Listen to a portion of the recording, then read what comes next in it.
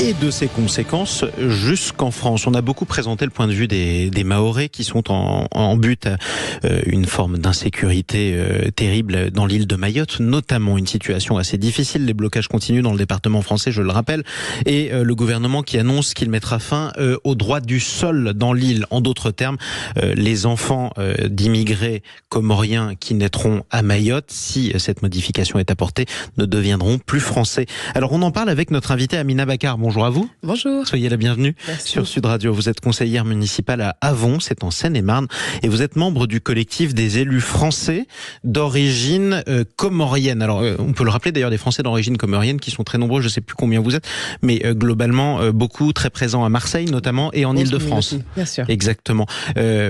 Élus français d'origine comorienne. Est-ce que, pardonnez-moi cette question, mais elle est d'actualité, vous êtes devenue française grâce au droit du sol, par exemple ? Je suis née française, première génération en Première France. génération. Mes parents sont nés en français, c'était encore sous protectorat français. Exactement. Et du coup, je n'ai pas eu de naturalisation. Alors rapprochez-vous bien de votre micro, justement. Je n'ai pas eu de naturalisation ou d'autres sujets. Si je vous parlais du droit du sol, c'est précisément ce que le gouvernement souhaite supprimer à Mayotte. On le rappelle, des milliers de citoyens comoriens arrivent illégalement en ce moment à Mayotte et leurs enfants, évidemment, qui naissent à Mayotte, deviennent français. C'est ce contre quoi veut lutter le gouvernement et c'est ce que demandent d'ailleurs les élus mahorais. Comment les Français d'origine donc comorienne et non les Français mahorais, comment les Français d'origine comorienne vivent cette polémique et cette crise à Mayotte ? Donc merci pour cette invitation de nous laisser permettre cette intervention, ce versus et ce narratif versus la diaspora comorienne en France. Pleinement français, donc pas de sujet. C'est surtout un regard aujourd'hui assez inquiet, une préoccupation, même une indignation à double titre. Premier titre de se dire que depuis Wambouchou 1, il y a une vraie stigmatisation, voire un appel à la haine à l'endroit des Comoriens. On rappelle ce que c'était Wambouchou 1, c'était l'opération de police qui visait à détruire un énorme bidonville peuplé d'immigrés comoriens à Mayotte. Il y a une opération Wambouchou 2 qui a été lancée. Exactement. Suite à ça, l'opération Wambouchou 2 a été annoncée par le ministre M. Darmanin, mais nous entendons toujours le même narratif à l'endroit des Comoriens et du pays dont on est originaire, donc en appelant ces citoyens de barbares, de personnes à tuer, de territoires à nettoyer. Il y a vraiment une montée d'incitation à la haine qui est très inquiétante, et surtout il y a une surenchère avec un chantage à l'aide au développement aujourd'hui qui est indigeste. On ne sait toujours pas si les 150 millions d'euros d'aide au développement ont été versés ou pas, et aujourd'hui on nous propose de mettre un gel au transfert des fonds des diasporas à l'endroit des familles qui sont des fois démunies, qui n'attendent que le transfert des familles. Alors concrètement d'ailleurs on peut rappeler ce que nous ont dit les différents élus mahorais qui sont des députés et des sénateurs d'ailleurs qui ont pris la parole notamment sur Sud Radio. Il y a une insécurité réelle dans le département de Mayotte. Comment on l'explique cette insécurité d'abord ? La sécurité, elle est déjà sur le développement de Mayotte. Il y a un vrai sujet de Mayotte dans l'océan Indien. La présence des Comoriens est dans chaque île de l'océan Indien. Les Comoriens sont présents à Madagascar, à La Réunion, à l'île Maurice, aux Seychelles. Il n'y a aucun sujet. Et alors il y a un problème qu'à Mayotte. Donc d'où vient le problème ? Historique, constitutionnel. Aujourd'hui, on ne résout pas un découpage à la carte d'une intégrité territoriale par une politique seulement sécuritaire et immigrationniste. Où est le ministre des Affaires étrangères, monsieur Séjourné ? On n'attend pas quelle est l'ambition politique et diplomatique demain. Quand vous parlez du découpage à la carte de l'intégrité territoriale, vous êtes en train de rappeler la manière dont Mayotte est restée française à l'indépendance des Comores. Les Comores avaient voté pour l'indépendance, Mayotte, elle, avait voté contre cette indépendance. La France a décidé de garder Mayotte, territoire d'outre-mer à l'époque, département aujourd'hui, contre l'avis des Comores. Vous êtes en train de dire qu'il n'aurait pas fallu découper Mayotte des Comores ? Non, je dis que c'est l'effet papillon, que tôt ou tard il y a une continuité territoriale, familiale. L'indépendance, c'est à peine une génération, donc ma génération, une génération à quelques années près, et que forcément, ça ne se règle pas qu'avec un retrait du droit du sol, qu'il nous faut avoir une diplomatie forte. C'est les deux jambes d'une même politique, un côté diplomatique et développement, un côté sécuritaire et migrationniste, mais le seul angle d'attaque, solutionner ça par aujourd'hui envoyer des révisions constitutionnelles, des CRS et des décasages, enfin, c'est un vrai sujet. Sauf que les Mahorais qu'on a reçus, alors je parle des élus mahorais, nous disent qu'il n'y a pas de continuité territoriale entre Mayotte et les Comores parce que ce sont deux pays différents, les Comores d'un côté, pays indépendant, et la France de l'autre, avec Mayotte comme département français. C'est ce qu'ils disent.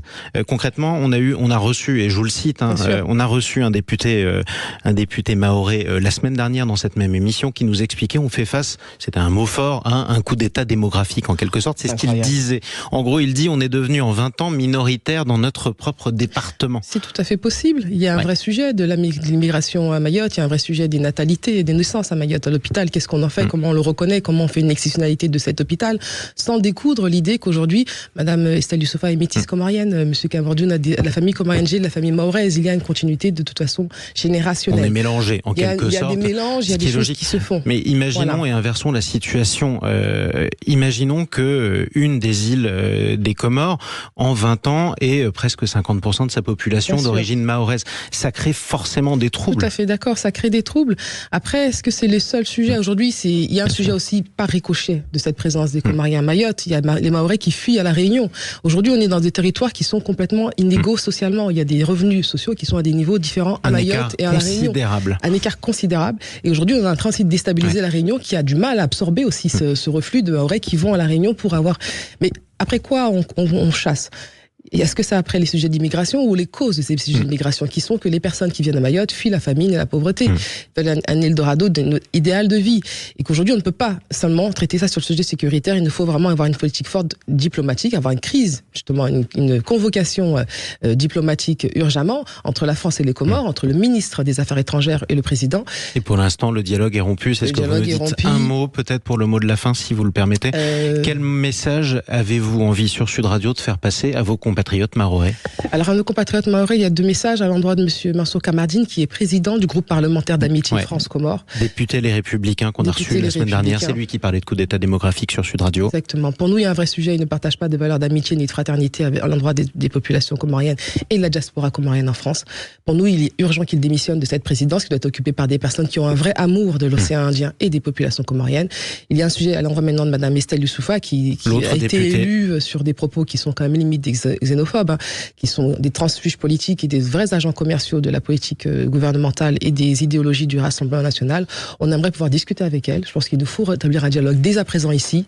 Et on aimerait surtout qu'elle incarne les demandes des forces vives qui n'ont jamais demandé le retrait du droit du sol. Ils n'ont jamais demandé ça. Ils ont demandé du développement de Mayotte. Je rappelle que Mayotte est le seul territoire en Europe qui a subi l'interruption des financements de l'Union européenne tant il y avait un problème de gestion et de mauvaise gestion des fonds européens. On vous réinvitera et on vous proposera de débattre sur Sud Radio, quelle qu'en soit l'émission, avec notamment Estelle Youssoupha ou alors Mansour Kamardine. Merci à vous d'être intervenu de si bon matin sur Sud Radio. Je rappelle, Amina Bakar, que vous êtes conseillère municipale à Avon, c'est en Seine-et-Marne, membre du collectif des élus français d'origine comorienne.